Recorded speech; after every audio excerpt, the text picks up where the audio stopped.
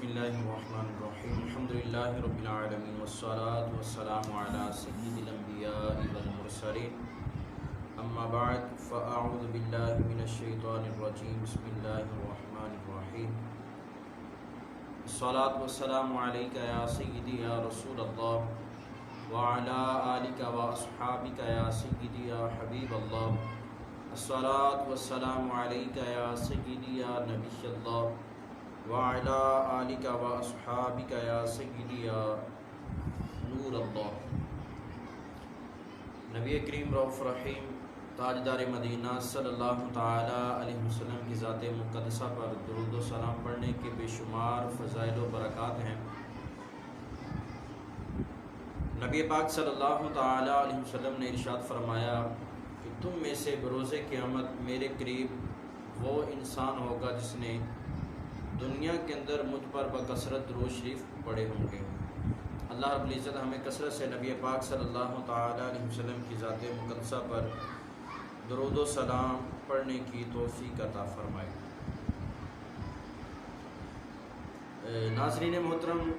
آج پھر آپ کی بارگاہ میں حاضر ہوا ہوں استقبال رمضان کے حوالے سے، اور موضوع ہمارا ہے سحری و افطاری کے احکام اور چند غلط فہمیاں۔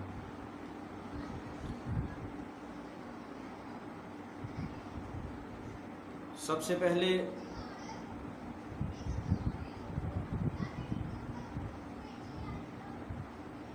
ہم یہ دیکھیں گے کہ سحری افطاری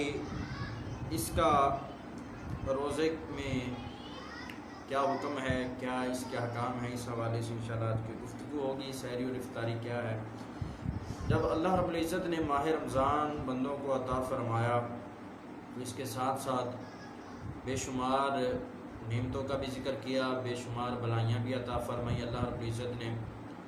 بے شمار چیزیں عطا فرمائیں، اور بالخصوص سحری افطاری میں اللہ رب العزت اپنے بندوں کو بہت چیزوں سے، بہت نعمتوں سے نوازتا ہے۔ جیسا کہ آپ سحری کرتے ہیں تو اس میں بہت ساری چیزوں کا استعمال کرتے ہیں، اللہ تعالیٰ کی نعمتیں استعمال کرتے ہیں۔ افطاری کرتے ہیں تو بے پایہ نعمتیں، مشروبات ہو گئے، اعلیٰ اعلیٰ قسم کے کھانے ہو گئے، تو یہ ہمیں کھانا میسر و نصیب ہوتے ہیں۔ تو سحری کے حوالے سے ہم کچھ سنیں گے، اور اس کے اندر جو غلط فہمیاں پائی جاتی ہیں اس کے بارے میں بھی ہم سنیں گے، اور افطار کے حوالے سے بھی سنیں گے، اور اس کے اندر جو غلط فہمیاں ہمارے معاشرے کے اندر پائی جاتی ہیں اس کے بارے میں انشاءاللہ چند منٹ کی جو گفتگو ہوگی۔ تو اللہ رب العزت کا کروڑ ہاں کروڑ شکر اور احسان ہے کہ اس نے ہمیں روزے جیسی عظیم و شان نعمت عطا فرمائی، اور ساتھ ہی قوت کے لیے جسم میں جو ایک تسلسل قائم رکھنے کے لیے اللہ رب العزت نے سحری کی نہ صرف اجازت عطا فرمائی بلکہ اس میں ہمارے لیے ڈھیروں ثواب اور آخرت بھی، ثواب آخرت بھی رکھ دیا۔ بعض لوگوں کو دیکھا گیا ہے کہ وہ کبھی سحری کرنے سے رہ جاتے ہیں تو فخریہ طور پر یوں کہتے سنائی دیتے ہیں کہ ہم نے تو آج بغیر سحری کے روزہ رکھا ہے۔ مکی مدنی آقا صلی اللہ تعالی علیہ وسلم کے پیارے اور میٹھے دیوانوں، یہ فخر کا موقع ہرگز نہیں ہے، بلکہ سحری کی سنت چھوٹنے پر تو افسوس ہونا چاہیے کہ افسوس تاجدار رسالت صلی اللہ تعالی علیہ وسلم کی ایک عظیم و شان سنت ہمارے ہاتھ سے چلی گئی ہے۔ حضرت سیدنا شیخ شرف الدین المعروف بابا بلبل شاہ رحمۃ اللہ تعالی علیہ فرماتے ہیں کہ اللہ رب العزت نے مجھے اپنی رحمت سے اتنی طاقت بخشی ہے کہ میں بغیر کھائے پیے اور بغیر ساز و سامان کے اپنی زندگی گزار سکتا ہوں، مگر چونکہ یہ امور حضور پر نور صلی اللہ تعالی علیہ وسلم کی سنت نہیں، اس لیے میں ان سے بچتا ہوں۔ میرے نزدیک سنت کی پیروی 1000 سال کی نفل عبادت سے بہتر ہے۔ بہرحال تمام تر اعمال کا حسن و جمال اتباع سنت محبوب رب ذوالجلال صلی اللہ تعالی علیہ وسلم میں ہے۔ تو ہمیں نبی پاک صلی اللہ تعالی علیہ وسلم کی مبارک سنتوں پر عمل کرنا چاہیے۔ حضور علیہ الصلوۃ والسلام کی سنت کو یوں چھوٹا سمجھ کر چھوڑنا نہیں چاہیے، کیا پتہ کہ یہی سنت حضور علیہ الصلوۃ والسلام کی کل قیامت والے دن ہمارے کام آ جائے۔ حضرت سیدنا عبداللہ بن عمر رضی اللہ تعالیٰ عنہ یہ نبی پاک صلی اللہ تعالی وسلم کے پیارے صحابی، حضور علیہ الصلوۃ والسلام کے غلام، اور نبی پاک صلی اللہ تعالی علیہ وسلم کی سنت مبارکہ پر بہت ہی شدت کے ساتھ عمل کیا کرتے تھے۔ ایک دفعہ آپ تشریف لے کے جا رہے تھے اور ساتھ میں جو کچھ لوگ جا رہے تھے، تو ایک درخت آیا تو حضرت سیدنا عبداللہ بن عمر رضی اللہ تعالیٰ نے اپنا سر جھکایا اور سر جھکا کر وہاں سے گزر گئے۔ تو ساتھیوں نے پوچھا کہ یا امیر المؤمنین، یا حضرت یہ کیا ماجرا ہے کہ درخت بھی اونچا ہے، اس کی شاخیں بھی اونچی ہیں، تو آپ سر جھکا کر کیوں گزر رہے ہیں؟ تو حضرت سیدنا عبداللہ بن عمر رضی اللہ تعالیٰ نے فرمایا کہ لوگوں، بات دراصل یہ نہیں ہے، بات یہ ہے کہ ایک دفعہ میں چھوٹا تھا اور نبی پاک صلی اللہ تعالی علیہ وسلم کے ساتھ سفر کی سعادت ملی، تو اس وقت یہ درخت بھی چھوٹا تھا، تو نبی پاک صلی اللہ تعالی وسلم نے اپنے مبارک سر کو جھکا کر گزرے تھے۔ تو آج جب میں اس درخت کے پاس سے گزرا تو مجھے حضور علیہ الصلوۃ والسلام کی وہ بات یاد آ گئی کہ جب میرے کریم آقا علیہ الصلوۃ والسلام اس درخت کے پاس سے گزرے تھے تو آقا علیہ الصلوۃ والسلام نے سر جھکا کر یہاں سے جو تشریف لے گئے تھے، تو میں تو اپنے پیارے کریم آقا علیہ الصلوۃ والسلام کی اس سنت کو جو ادا کر رہا ہوں۔ تو دیکھیں کہ صحابہ کرام علیہم رضوان کتنا سنت سے پیار کرتے تھے، تو ہمیں بھی چاہیے کہ حضور علیہ الصلوۃ والسلام کی سنت کوئی چھوٹی ہو یا بڑی ہو، بہر صورت نبی پاک صلی اللہ تعالی علیہ وسلم کی سنتوں کو ضرور اپنانا چاہیے، کیونکہ نبی پاک صلی اللہ تعالی علیہ وسلم کی مبارک سنتیں ہو سکتا ہے ہمارے لیے کل قیامت والے دن ذریعہ نجات، ذریعہ بخشش بن جائے۔ کہتے ہیں کہ یہ ابتدائے روزہ جب رمضان کی ابتدا ہوئی تو اس وقت روزہ رکھنے والوں کو غروب آفتاب کے بعد صرف اس وقت تک کھانے پینے کی اجازت تھی جب تک وہ سو نہ جاتے تھے، اور اگر سو گیا تو اس کے بعد جب بیدار ہوا تو کھانا پینا ممنوع تھا۔ مگر نبی کریم رؤوف رحیم صلی اللہ تعالی وسلم کے پیارے پیارے رب عز و جل نے اپنے پیارے بندوں پر یہ احسان عظیم فرمایا کہ سحری کی اجازت مرحمت عطا فرمائی۔ اس کا سبب کیا بنا، اس کی وجہ کیا بنی؟ اس کا سبب اور اس کی وجہ یہ بنی، خزائن العرفان میں صدر الافاضل حضرت علامہ مولانا سید محمد نعیم الدین مراد آبادی رحمۃ اللہ تعالی علیہ نقل کرتے ہیں کہ حضرت سیدنا ناصرمہ بن قیس رضی اللہ تعالیٰ عنہ محنتی شخص تھے، آپ کھیتی باڑی کرتے تھے، تو ایک دن بحالت روزہ اپنی زمین میں دن بھر کام کر کے شام کو جب گھر آئے تو اپنی زوجہ محترمہ سے کھانا طلب کیا، وہ پکانے میں مصروف ہو گئیں، تو آپ رضی اللہ تعالیٰ عنہ چونکہ تھکے ہوئے تھے، سارا دن کام کیا تھا، بدن ٹوٹ رہا تھا، تو حضرت سیدنا ناصرمہ بن قیس رضی اللہ تعالیٰ عنہ آپ سو گئے، آپ کی آنکھ لگ گئی۔ جب کھانا تیار ہوا تو حضرت سیدنا ناصرمہ بن قیس رضی اللہ تعالیٰ عنہ کی زوجہ محترمہ نے آپ کو جگایا کہ حضور کھانا تیار ہے، کھانا تناول فرما لیں۔ تو چونکہ اس وقت یہ ممنوع تھا کہ جب سو جاتا بندہ تو اس کے بعد جب اٹھتا تو کھانے کی اجازت نہیں ہوتی، آپ نے پھر بغیر کھائے ہی سحری کر لی۔ جب سحری کر لی تو اگلے دن روزہ رکھا اور یوں ہی جو بغیر کھائے پیے روزہ رکھا، اور یوں پھر حضرت ناصرمہ بن قیس رضی اللہ تعالیٰ عنہ آپ جو دوسرے دن کام پر تشریف لے گئے، اور جب کام پر گئے تو سارا دن آپ نے کام کیا اور اسی حالت میں آپ بے ہوش ہو گئے۔ جب یہ بات نبی پاک صلی اللہ تعالی وسلم کے پاس پہنچی تو پھر اللہ رب العزت نے حضور علیہ الصلوۃ والسلام کے غلاموں کے لیے خوشخبری سنائی۔ رب ذوالجلال نے قرآن پاک کے اندر ارشاد فرمایا کہ وَكُلُوا وَاشْرَبُوا حَتَّى يَتَبَيَّنَ لَكُمُ الْخَيْطُ الْأَبْيَضُ مِنَ الْخَيْطِ الْأَسْوَدِ مِنَ الْفَجْرِ ثُمَّ أَتِمُّوا الصِّيَامَ إِلَى اللَّيْلِ۔ ترجمہ کنز الایمان، فرمایا کہ کھاؤ اور پیو یہاں تک کہ تمہارے لیے ظاہر ہو جائے سفیدی کا ڈورا سیاہی کے ڈورے سے پھوٹ کر، پھر رات آنے تک روزے پورے کرو۔ اسی آیت مقدسہ میں رات کو سیاہ ڈورے سے اور صبح صادق کو سفید ڈورے سے تشبیہ دے گی، اور معنی یہ ہے کہ تمہارے لیے رمضان مبارک کی راتوں میں کھانا پینا مباح ہے۔ اور اسی کے حوالے سے ایک اور حدیث مبارکہ ملتے، جب یہ حکم نازل ہوا تو ایک صحابیہ رضی اللہ تعالیٰ نے اپنے سرہانے سفید ڈورے رکھ لیے اور انتظار کرنے لگی اور کھاتے پیتے رہے یہاں تک کہ وہ صبح ہوگی، بالکل اجالا ہو گیا۔ تو اب یہ چونکہ سفید ڈورا رکھا تھا، یہ سیاہ ڈورا رکھا تھا، یہ سفید کیسے ہو؟ پھر نبی پاک صلی اللہ علیہ وسلم کے پاس حاضر ہوئے تو عرض کیا یا رسول اللہ، یہ بات حضور نے فرمایا اس سے مراد یہ ہے کہ جب رات چلی جائے اور صبح ہو جائے تو اس وقت تک کھایا پیا کرو۔ تو یوں سبب بنا مسلمانوں کے لیے سحری کی اجازت ملنے کا۔ صحابہ کرام علیہم رضوان نے بڑے زور شور سے حضور علیہ الصلوۃ والسلام اور رب ذوالجلال کے اس حکم پر عمل کیا۔ نبی پاک صلی اللہ تعالی وسلم سحری کے متعلق حضور کے کچھ فرمان ہیں۔ آقا علیہ الصلوۃ والسلام نے ارشاد فرمایا روزہ رکھنے کے لیے سحری کھا کر قوت حاصل کرو اور دن میں یعنی دوپہر کے وقت آرام یعنی قلولہ کر کے رات کی عبادت کے لیے طاقت حاصل کرو۔ دوسری حدیث مبارکہ نبی پاک صلی اللہ تعالی علیہ وسلم نے ارشاد فرمایا کہ 3 آدمی جتنا بھی کھا لیں ان سے کوئی حساب نہ ہوگا بشرط یہ کہ حلال ہو، روزہ دار افطار کے وقت اور سحری کھانے والا۔ اور تیسرا وہ بندہ جو اللہ تعالیٰ کے راستے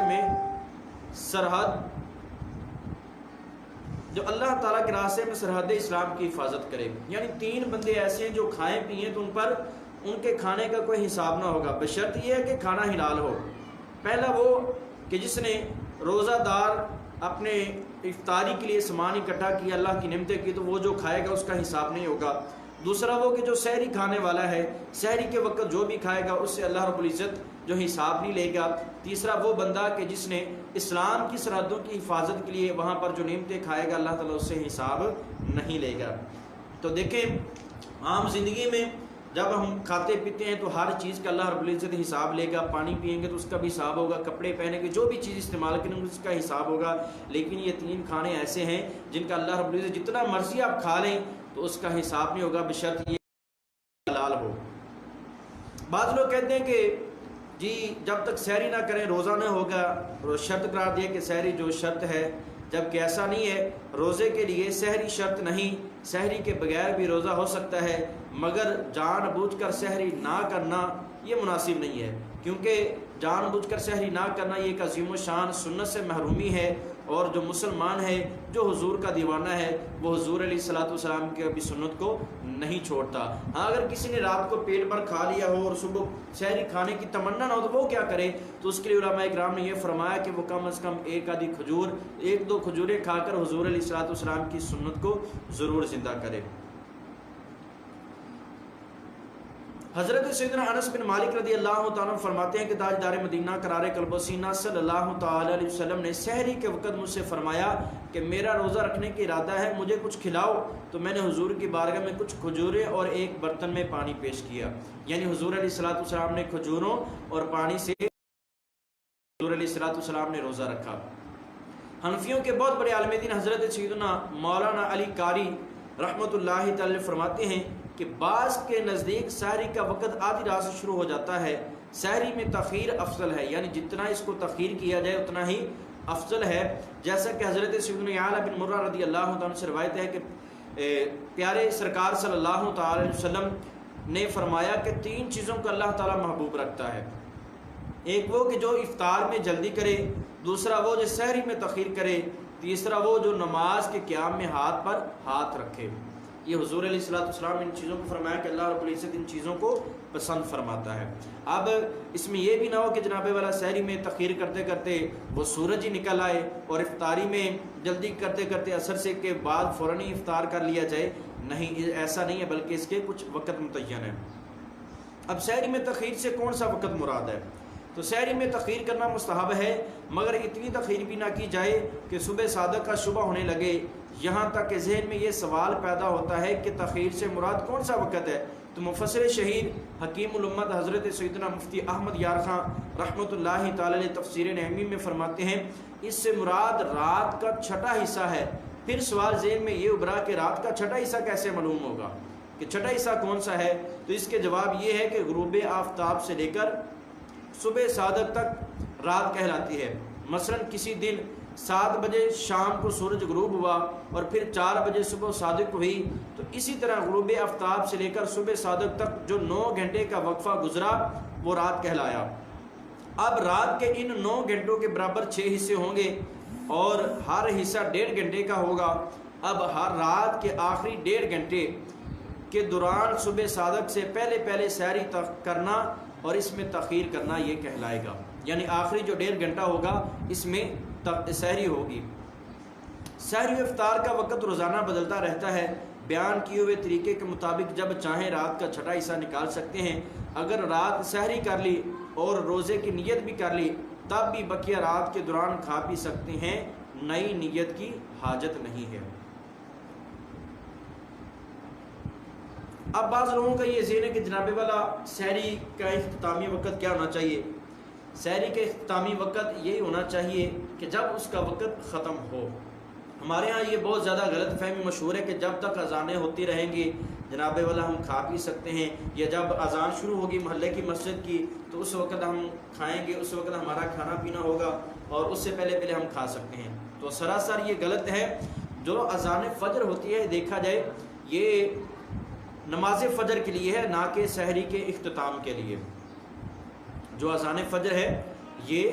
یاد رکھیے گا کہ نماز کے لیے اذان دی جاتی ہے، سحری کے اختتام کے لیے ہرگز نہیں دی جاتی۔ اگر کوئی بندہ اس امید پر کھاتا پیتا رہتا ہے کہ ہماری مسجد کی جو اذان ہوگی تو پھر کھانا پینا بند کریں گے، تو دیکھیں بعض اوقات امام جو مؤذن ہوتا ہے، اذان دینے والا ہوتا ہے، وہ لیٹ بھی ہو جاتا ہے کسی مجبوری کے سبب، اذان کے اندر 1 منٹ 2 منٹ 5 منٹ کی تاخیر ہو جاتی ہے۔ تو جب آپ اتنا لیٹ کریں گے تو آپ کا پھر روزہ جاتا رہے گا، روزہ باقی نہیں رہے گا۔ تو جو اذان ہوتی ہے یہ فقط روزہ بند کرنے کے لیے نہیں ہوتی، یہ نماز فجر کے لیے ہوتی ہے۔ روزہ بند کرنے کے لیے جو ٹائم ٹیبل دیا ہوتا ہے اس کے مطابق ہم نے سحری کرنی ہوتی ہے، اور احتیاطی وقت تو یہ بتایا جاتا ہے کہ اس سے پہلے کم از کم 4 سے 5 منٹ پہلے ہم کھانے پینے سے ہاتھ روک لیں۔ تو اس کے لیے بہترین طریقہ کار یہ ہے کہ آپ کے علاقہ، آپ جس علاقے میں بھی رہتے ہیں اس علاقے کا جو سحری افطار کا کیلنڈر بنا اور بہترین حال الحمدللہ دعوت اسلامی نے آپ احباب کے لیے نکالا ہے کہ ہر علاقے، ہر ضلع کا ایک کیلنڈر نکالا ہے، ہر ضلع کے جو سحر افطار کے اوقات ہیں وہ نکالے ہیں۔ بہتر حال یہ ہوگا کہ آپ ان سے وہ حاصل کریں اور اپنے گھروں میں رکھیں، اپنے موبائلوں میں رکھیں، اسی کے مطابق سحری افطاری کریں اور اذان کا بالکل انتظار نہ کریں۔ اور بعض لوگوں کے ذہن میں یہ بھی آتا ہے کہ دیکھیں اب جب تک اذانیں چل رہی ہیں تو اس وقت ہم کھا پی سکتے ہیں، ہمارے محلے کی تو اذان ہو گئی، اب بھی دیکھیں دوسرے محلے کی اذان چل رہی ہے تو اس کا مطلب ابھی ٹائم ہے، ابھی تیسرے محلے کی اذان چل رہی ہے تو اس کا مطلب ٹائم ہے، چوتھے محلے کی اذان چل رہی ہے، اب جب تک اذانیں ختم نہ ہوں گی ہم کھاتے پیتے رہتے ہیں۔ تو دیکھیں بس اوقات ہر مسجد میں جماعت کا نماز کا ٹائم ایک جیسا نہیں ہوتا، کسی میں سحری کے فوراً ہی 20 منٹ بعد جناب والا جب ٹائم ختم ہوتا ہے سحری کا تو 20 منٹ بعد جماعت کا ہوتا ہے، کسی کا آدھے گھنٹے بعد، کسی کا 45 منٹ بعد۔ تو اب اس حساب سے جو اذان دی جاتی ہے، اور اب یوں اس طرح کھاتے پیتے رہنا یہ بالکل غلط ہے۔ اس طرح ہم سحری نہیں کر سکتے کہ جب تک اذانیں ہوتی رہیں، یہ ہمارا اپنی غلط فہمی ہے، ہم اس غلط فہمی میں مبتلا ہیں۔ تو اپنے آپ کو اس چیزوں سے نکالیں کہ اذانیں نماز فجر کے لیے ہوتی ہیں، جو ہے یہ سحری کے لیے نہیں ہوتی۔ اور بس اوقات ہمارے ذہن میں یہ بات بھی پائی جاتی ہے کہ دیکھیں حضرت ہم لیٹ اٹھے، 5 منٹ پہلے اٹھے، 10 منٹ پہلے اٹھے، تو اب کیا کریں؟ تو اب آپ کے پاس 5 منٹ ہیں تو 5 منٹ میں آپ جتنا کھا سکتے ہیں آپ کھا لیں، 10 منٹ پہلے اٹھے ہیں تو 10 منٹ میں جتنا کھا سکتے ہیں کھا لیں، جیسے ٹائم ختم ہوگا اب آپ کو کھانے کی اجازت نہیں ہوگی۔ اور بس اوقات اب یہ تو علماء کرام نے یہ طریقہ کار نکالا کہ جیسے ہی جو سحری کا ٹائم ختم ہو فوراً یا اعلان کر دیا جائے یا پھر اذان پڑھ دی جائے تاکہ لوگوں کے روزے ضائع نہ ہوں۔ علم دین کی دوری کے سبب آج کل کافی لوگ اذان یا سحرن پر ہی سحر افطاری کا دار و مدار رکھتے ہیں، بلکہ بعض تو اذان فجر کے دوران ہی روزہ بند کرتے ہیں۔ اس عام غلط فہمی کو دور کرنے کے لیے کیا ہی اچھا ہو کہ رمضان مبارک میں روزانہ صبح صادق سے 3 منٹ پہلے ہر مسجد میں جو ہے بلند آواز سے صلو علی الحبیب صلی اللہ تعالی علیہ وسلم کہنے پر کے بعد اس طرح 3 بار اعلان کیا جائے کہ تمام عاشقان رسول متوجہ ہوں، آج سحری کا آخری وقت 4:12 پر ہے، وقت ختم ہو رہا ہے، فوراً کھانا پینا بند کر دیجئے، اذان کا ہرگز انتظار نہ کیجئے، اذان سحری کا وقت ختم ہو جانے کے بعد نماز فجر کے لیے دی جائے گی۔ یہ علماء کرام شفقت فرمائیں کہ اپنی مساجد میں یوں اعلان کر دیا جائے کہ جب بھی 5 منٹ پہلے 4 منٹ پہلے لوگوں کو سحری کا جو ختم وقت ہے اس کے بارے میں بتا دیا جائے۔ تو اب یہ تو ہماری ہوگی سحری کے بارے میں گفتگو۔ اب ہم کرتے ہیں افطار کے حوالے سے بات۔ افطار کیا ہے؟ یہ آپ کو پتہ ہے کہ جب غروب آفتاب کا یقین ہو جائے تو افطار کرنے میں اس وقت دیر نہیں کرنی چاہیے، تاخیر نہیں کرنی چاہیے، نہ سحرن کا انتظار کریں، نہ اذان کا فوراً کوئی چیز کھا پی لیجئے، مگر کھجور یا چھوارا یا پانی سے افطار کرنا یہ سنت ہے۔ فتاوی رضویہ شریف میں اعلیٰ حضرت فاضل بریلوی رحمۃ اللہ تعالی علیہ سے افطاری کے متعلق سوال ہوا کہ روزہ افطار کرنا کس چیز سے مسنون یعنی سنت ہے، تو آپ نے جواب ارشاد فرمایا کہ خرمائے تر یعنی کھجور، اور اگر وہ نہ ہو تو خشک یعنی چھوارا، اگر وہ بھی نہ ہو تو پانی سے افطار کرنا یہ سنت ہے۔ اب یہ وہی کیلنڈر والی بات آ گئی کہ اگر آپ کے پاس کیلنڈر ہوگا آپ کے علاقے کا چھپا ہوا سحری افطاری کا، تو اس کے مطابق آپ جب آپ کا وقت ہو جائے آپ اس کے مطابق اپنا روزہ افطار کر لیجئے، نہ کسی سائرن کا انتظار کیجئے، نہ کسی اذان کا جو انتظار کیجئے۔ عموماً ہمارے ہاں وہی کہ بس اوقات سائرن بجانے میں تاخیر ہو جاتی ہے، بس اوقات اذان دینے میں تاخیر ہو جاتی ہے، جب بعض اس طرح ہوتا ہے کہ جو مؤذن ہوتا ہے وہ پہلے خود روزہ افطار کرتا ہے، پھر جا کر اذان دی جاتی ہے، اعلان کیا جاتا ہے۔ تو آپ تمام احباب سے گزارش ہے کہ اس چیز کا انتظار نہ کیا جائے، جیسے ہی افطاری کا وقت ہو جائے آپ کو افطار کرنے کی اجازت ہے۔ افطار کر لینے کے بعد مثلاً کھجور کھا کر یا تھوڑا سا پانی پی لینے کے بعد سنت پر عمل کرنے کی نیت سے دعا بھی پڑھ لیجئے کہ مدینے کے تاجدار صلی اللہ تعالی وسلم بوقت افطار یہ دعا پڑھتے، اللہم انی لک صمت وعلی رزقک افطرت، اور یعنی کہ اے اللہ میں نے تیرے لیے روزہ رکھا اور تیرے ہی عطا کردہ رزق سے افطار کیا۔ اور دوسری حدیث پاکہ میں نبی پاک صلی اللہ علیہ وسلم کا فرمان ہے کہ اے علی جب تم رمضان کے مہینے میں روزہ رکھو تو افطار کے بعد یہ دعا پڑھو، اللہم لک صمت وعلیک توکلت وعلی رزقک افطرت، اے اللہ میں نے تیرے لیے روزہ رکھا اور تجھی پر بھروسہ کیا اور افطار کیا، تو تمہارے لیے تمام روزے داروں کی مثل اجر کا ثواب لکھ دیا جائے گا۔ اور اس کے بعد مزید بھی جو دعا ملائی جاتی ہے، علماء کرام فرماتے ہیں اللہم انی لک صمت وبک آمنت وعلیک توکلت وعلی رزقک افطرت، روزہ رکھا اور تجھ پر ایمان لایا اور تجھ پر بھروسہ کیا اور تیرے ہی دیے ہوئے رزق سے میں نے افطار کیا۔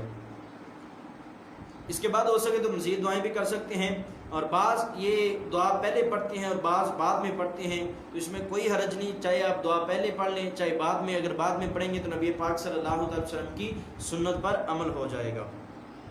افطار کے لیے عموماً قبل از افطار پڑھنے کا رواج ہے، مگر امام اہل سنت مولانا شاہ امام محمد رضا خان رحمۃ اللہ تعالی نے فتاوی رضویہ جلد 10 صفحہ نمبر 631 میں اپنی تحقیق یہیں پیش کی ہے کہ دعا افطار کے بعد پڑھی جائے۔ افطار کے لیے اذان شرط نہیں، ورنہ ان علاقوں یا شہروں میں روزہ کیسے کھولے گا جہاں مساجد ہی نہیں یا جہاں پر اذان کی آواز ہی نہیں۔ بہرحال اذان مغرب نماز کے لیے ہوتی ہے، جہاں مساجد ہوں ظاہر نصیب وہاں یہ طریقہ کا رائج ہو جائے کہ جیسے ہی آفتاب غروب ہونے کا یقین ہو جائے تو بلند آواز سے صلو علی الحبیب صلی اللہ تعالی علی محمد صلی اللہ علیہ وسلم کہنے کے بعد اس طرح 3 بار اعلان کیا جائے کہ تمام عاشقان رسول روزہ افطار کر لیجئے۔ روزہ افطار کرنے کے کچھ فضائل ہیں، اس کے بارے میں حضور علیہ السلام کے فرامین سنتے ہیں۔ نبی پاک صلی اللہ تعالی وسلم نے ارشاد فرمایا کہ ہمیشہ لوگ خیر کے ساتھ رہیں گے جب تک افطار میں جلدی کریں گے، اور جلدی کرنے کی کیا ہے وہ میں نے پہلے ذکر کر دیا ہے کہ جلدی سے مراد یہ ہے کہ کم از کم اپنے وقت کے مطابق جیسے ہی وقت ہو جائے فوراً اس کو افطار کر لیا جائے۔ دوسری جگہ پر کریم آقا صلی اللہ تعالی وسلم نے ارشاد فرمایا کہ جس نے حلال کھانے یا پانی سے کسی مسلمان کا روزہ افطار کروایا، فرشتے ماہ رمضان کے اوقات میں اس کے لیے استغفار کرتے ہیں، اور جبریل علیہ السلام شب قدر میں اس کے لیے استغفار کرتے ہیں۔ تو ماشاءاللہ دیکھیں کہ روزہ افطار کروانے کی کتنی فضیلت ہے کہ اس بندے کے لیے جبریل علیہ السلام اور اللہ کے فرشتے اس کے لیے دعائیں مغفرت کرتے ہیں۔ اور حضور علیہ السلام کا ایک اور فرمان ہے کہ آقا علیہ السلام نے ارشاد فرمایا کہ جو حلال کمائی سے رمضان میں روزہ افطار کروائے، رمضان کی تمام راتوں میں فرشتے اس پر درود بھیجتے ہیں، اور شب قدر میں جبریل علیہ السلام اس سے مصافحہ کرتے ہیں، اور جس سے جبریل علیہ السلام مصافحہ کر لیں اس کی آنکھیں اشک بار ہو جاتی ہیں اور اس کا دل نرم ہو جاتا ہے۔ تو پیارے محترم اسلام بھائیوں، روزہ افطار کروانے کی کتنی فضیلت ہے، اور اس میں حضرت جبریل علیہ السلام کے ساتھ مصافحہ کرنے کی بشارت بھی ہے۔ تو ہمیں چاہیے کہ نبی پاک صلی اللہ علیہ وسلم کی غمخوار امت کو روزہ افطار کروایا کریں۔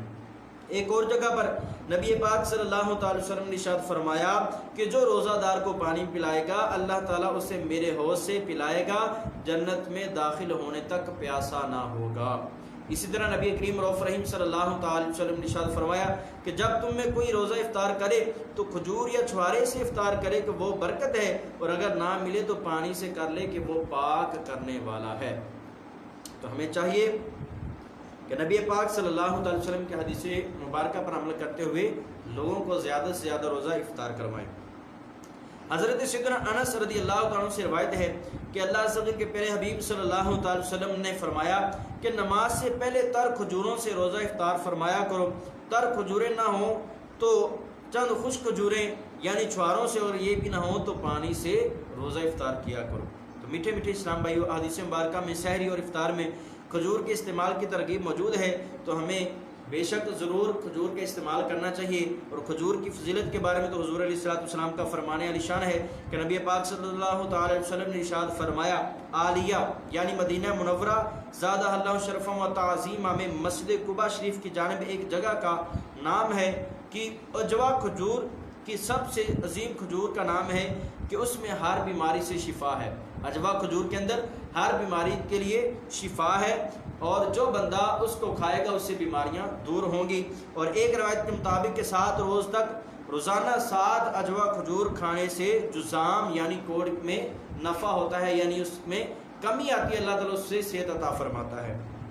تو نبی پاک صلی اللہ علیہ وسلم کی زبان مقدس سے نکلی ہوئی اس گفتگو کو ضرور اپنائیے، افطاری کے وقت ضرور کھجور کا استعمال کیجیے کہ یہ ہمارے لیے صحت ہے۔ اور بالخصوص آپ دیکھیں نا، جب ہم افطار پارٹی کرواتے ہیں، سحری پارٹی کرواتے ہیں، اب یہاں پر جو حکم ہے سحری افطاری کروانے کا ہر مسلمان کے حوالے سے ہے۔ ایسا نہیں ہے کہ جب امیر سحری میں جو پارٹی رکھے، سحر ٹرانسمیشن یا پارٹی رکھے یا افطار پارٹی رکھے تو صرف امیروں کو آنے کی اجازت ہے، غریبوں کو داخل نہیں ہونے دیا جاتا۔ تو یہ سب سے بڑی غلط بات ہے، عجیب تر بات ہے کہ جس رب نے تمہیں رزق دیا ہے، بندوں کو کھلانے کی طاقت دی ہے، تو وہاں پر کسی غریب کو نہ روکا جائے، بلکہ ایسا ہو کہ اگر امیر کرے تو امیر یہی کہے کہ ہر غریب کو دعوت ہے، اور اگر غریب کرے تو اس کے لیے بھی یہی ہو کہ وہ ہر ایک کو دعوت دے۔ جبکہ دیکھا جاتا ہے جب کوئی غریب کرتا ہے اس کا اہتمام تو وہ سب کو دعوت دیتا ہے، جب امیر کرتا ہے تو وہ اس طرح کا نہیں سوچتا۔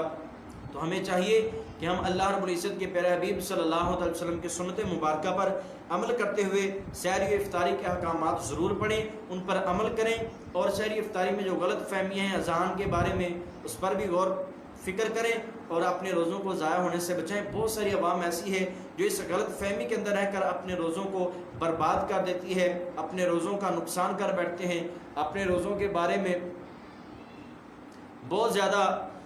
خیال نہیں رکھتے، وہ سحری میں اتنی تاخیر کرتے ہیں کہ روزہ ضائع ہو جاتا ہے، پتہ نہیں ہوتا، افطاری کے اندر اتنی تاخیر کر دیتے ہیں کہ پتہ نہیں چلتا۔ تو یوں ہر مسلمان کو چاہیے کہ اپنے پاس ایک کیلنڈر رکھے اپنے گھر کے اندر جس میں سحری افطاری کو اوقات دیے ہوں، اسی کے مطابق اپنی سحری افطاری کیا کریں۔ آج کے لیے اجازت دیجیے، انشاءاللہ اگر زندگی رہی تو دیکھیں گے موقع محل، اگر کل موقع ملا تو ضرور حاضر ہوں گا۔ اللہ رب العزت کی بارگاہ میں دعا ہے کہ جو کچھ میں نے گفتگو کی اسے اپنی پاک اور بلند بارگاہ میں قبول و منظور فرمائے، اور اس پر عمل پیرا ہونے کی توفیق عطا فرمائے۔ آمین بجاہ النبی صلی اللہ تعالی علیہ وسلم۔